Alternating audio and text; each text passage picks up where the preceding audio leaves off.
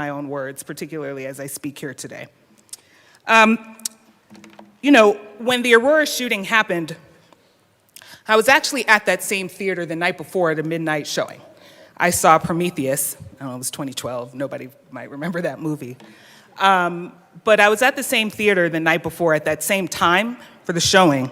And, kind of like what happens in the news, like if they say it's snowing somewhere in Colorado, my grandmother calls me like, "Are you in a blizzard?" But when that happened, everybody thought I was still at that theater. And even though I wasn't there the night after, I had 3 students who were and a friend. And the night when it happened, I was also a dean at a school. Myself and our school leader got on the phone to figure out if any of our students were there. And that's how we found out that we had students were there. One of them was shot, but she survived. And a colleague of mine was also shot, and he survived. And then was the first time, because we had to figure out how to support our students, even though we were not in school, it was summer. We had to figure out how to support our students through understanding what was happening. And that was the first time I was formally asked in any sort of authority position, how can this happen? How can we do something to prevent this? And that was like 12 years ago. And as I ran for office, the big reason why I ran for office was because of my experiences with my students. And I just wanted to be in a position to one day be able to answer that question. What can we do to prevent this? So I do want to talk about prevention because I've heard a lot today about force multipliers, or I don't think I have it right, but hardening of targets. And, we've heard a lot of history lessons and whatnot, and I have to say, I really struggle with that argument of, meeting force with force, because on the one hand, I can hear the arguments that force and having these weapons is how America became America in the sense of, with the founding fathers. But I also can't help but think about how America became America with guns, particularly as we moved west, and all of these other things that some people might have called manifest destiny, that people do say this country was won, and it was won with force. And the only reason I bring that up is because in committee, when we heard this bill, and we're getting the statistics on people of color are buying more weapons and women are buying more weapons, most people who said that, I specifically asked, I said, why is it that you are arming yourself? And I don't want us to miss that in this conversation. I heard someone literally said because of the Trail of Tears. Someone literally said because of police presence in my community. Someone literally said because I don't know if I'm safe if I play my music too loud. And so what I'm concerned about is that is the argument as to why people need to stay armed. Then I would like to have discussions as to why people want to stay armed. Because when I bring it up, it's called something, something, something theory, and books are banned. But yet we want to own that is, that more people of color are being armed. And I also want to bring this up because we aren't having the conversations. It seems like the answer, because to be clear, sometimes the Black community does have meetings, sometimes we do have a meeting, okay? But the times when we talk is when our church, we're at Bible study, and someone walks in with hate in their hearts and they shoot.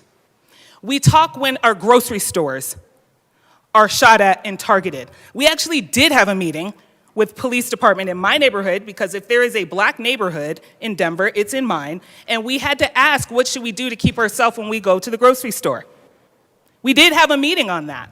But the answer can't be, I need to pack my gun so when someone shoots me at church, I can shoot them back. The answer can't be, when I go to the grocery store, I need to have my gun so I can shoot them back. That is not prevention.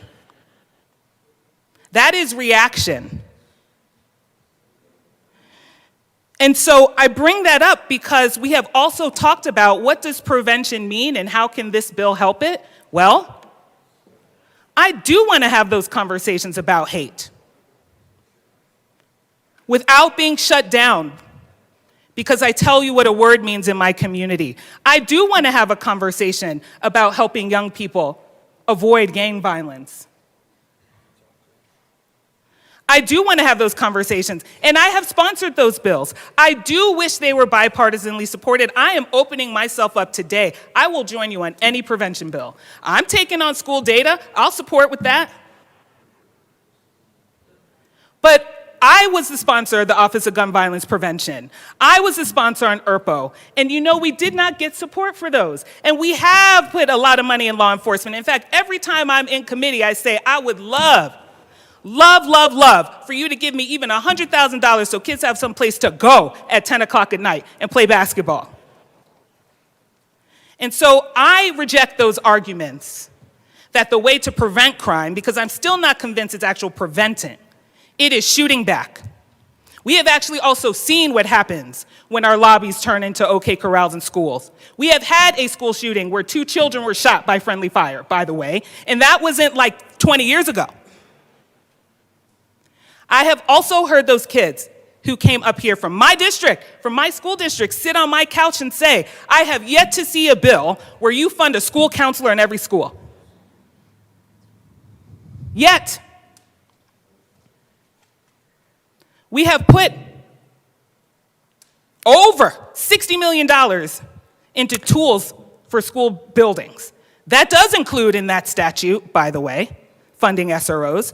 No one has done it yet. AML Bacon. But also, what we can fund, thank you, Madam Speaker, apologies. Thank you. Back to the bill. But also, what's important is that we can be able to say to our students, to that very question they asked me in 2012, what are you doing to prevent this?